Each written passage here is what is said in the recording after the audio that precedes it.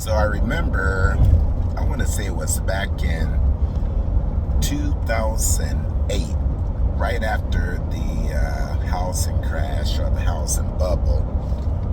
Me and my wife were on vacation, and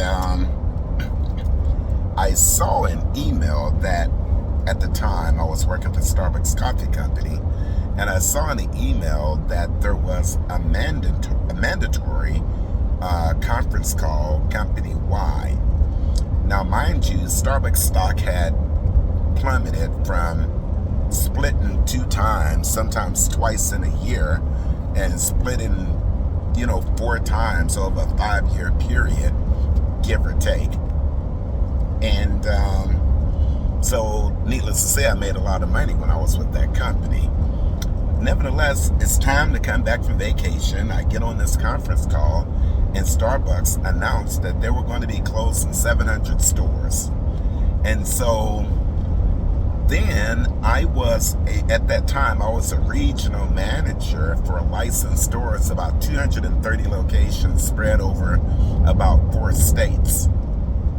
9 district managers that reported to me, and each one of those district managers had anywhere from 25 to 30 stores that they had to oversee. When I say stores, those are Starbucks units that are in hotels, Target, HMS hosts, airports, colleges, universities, Air Force One, We Proudly Brew, and the list goes on. So I was the liaison between Starbucks and the licensed venue managers that had a Starbucks that was licensed to them, and it was a cash cow for Starbucks. And the only reason that part of the company started is because Howard Schultz was tired of not having coffee at the airport. So they did a partnership with HMS hosts so that Howard could have coffee while he was at the airport from Starbucks. So anyhow, show you people that got power, right?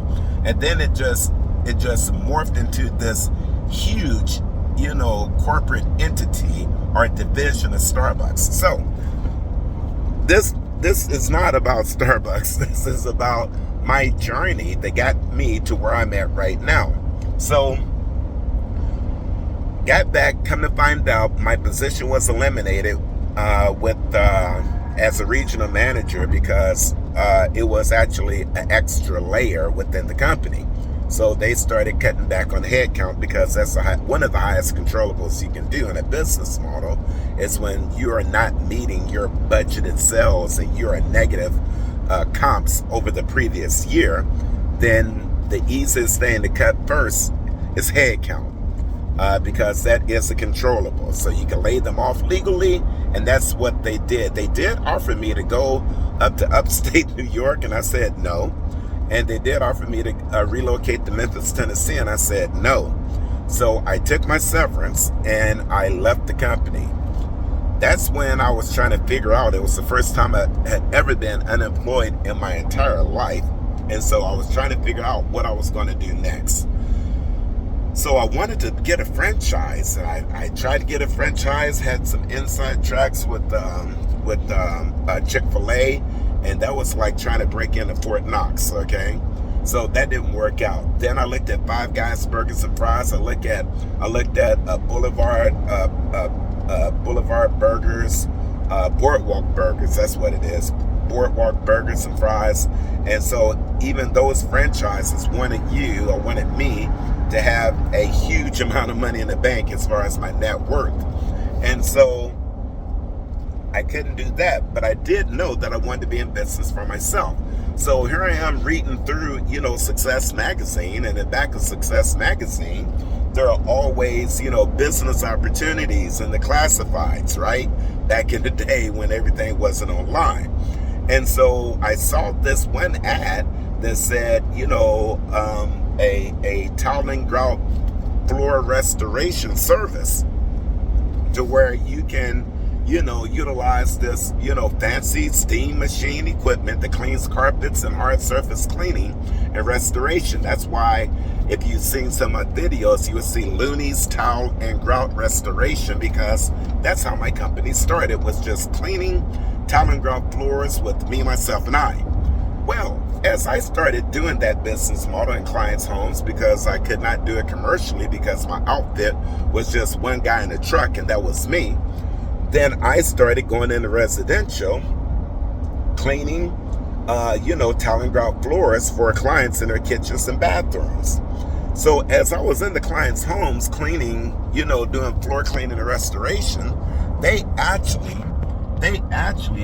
thought that I did other services related to grout and caulk. And a lot of them didn't know the difference between grout and caulk. They would say the grout in the corners. I said, no, that's actually caulk. Or they would say the caulking on the floor. I would say, no, that's actually grout. But nevertheless, they said, Mike, and this, I'm telling you, this is exactly how it happened. Mike, can you re-caulk my shower? And you know what my answer was? Because I'm handy. I was always naturally handy. My father was handy. He could build anything. My answer was yes, because I knew and believed in myself that I could learn it because I was handy. Then I went on YouTube. The second highest, biggest search engine on the planet. I went to YouTube, this channel, right? And I put in there how to caulk a shower and watched several different videos. Went home, practiced on my own shower, perfected the skill, gave myself a couple of weeks to do that job for the client while I learned the skill. So I learned the skill of re-caulking, and so by the time I got to the client's home, I did it to perfection. Now that was $195. I was like, wow, and I did it in like 30 minutes. So that was like, then I thought to myself, shit, I'm onto something here, okay? So then they say, Mike, can you re-grout my shower? And I said, absolutely. So I went on YouTube, I scheduled it a couple of weeks out, and I learned the skill on how to re-grout a shower. And so I re-grouted the shower, got all the old grout out, all the old caulk, re-grouted it, re-caulked it, made it look brand new again, because I saved them on an average back then of $4,500 on remodeling or rebuilding that shower. And so the niche was really with homeowners that were looking to get their home ready for sale. And so they didn't want to redo everything. They just wanted to look good enough and clean enough so that they can put the house on the market and then get it sold without totally spending all that money remodeling all the bathrooms. And that's where I came in. So I want you to peep this scenario.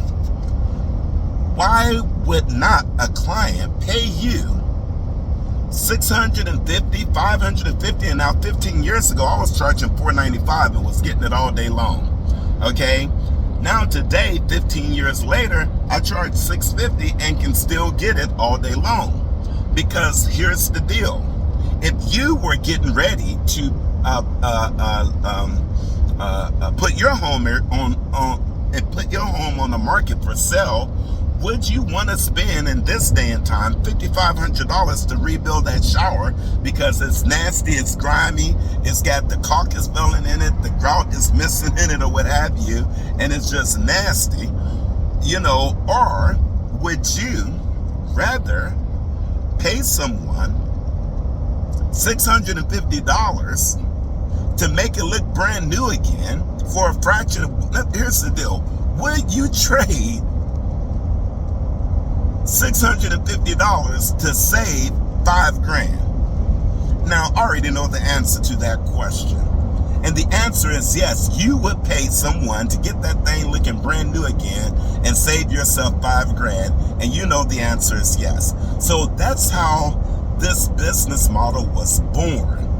Now, here's what I didn't know at the time. What I didn't know is that there were several franchises that were also doing this business model. That means that there was already a proof of concept to get this business model, or for this service business in clients' homes. Okay, so you got the grout medic, you got the grout doctor, you got Sir Grout. You've got the Grout Genie. You got the Grout Masters. You got the Grout Masters of Northern Virginia. A spinoff of my company would be M&T Grout. Another spinoff of my company would be OMG Grout. So you've got all these, but they weren't franchises. They were spinoffs. They were independent, just like me. So you got all these companies that are already doing something, to the point that they put it as a franchise because it is a proof of concept. People are not doubting whether or not they're going to make money if they purchase a McDonald's franchise. The reason why is that McDonald's is all over the planet, and if you plug it in Nowheresville, it's going to make money. And a population of 4,000, it's going to make money. So I want you to think about this business model that I created. Is like a franchise without the franchise costs.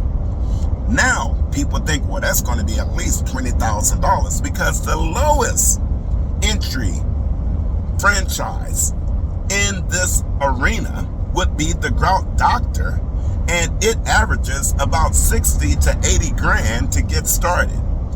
Here's what people that don't know business don't understand. You don't need the fancy truck. You don't need a wrap truck. You do not need the fancy equipment.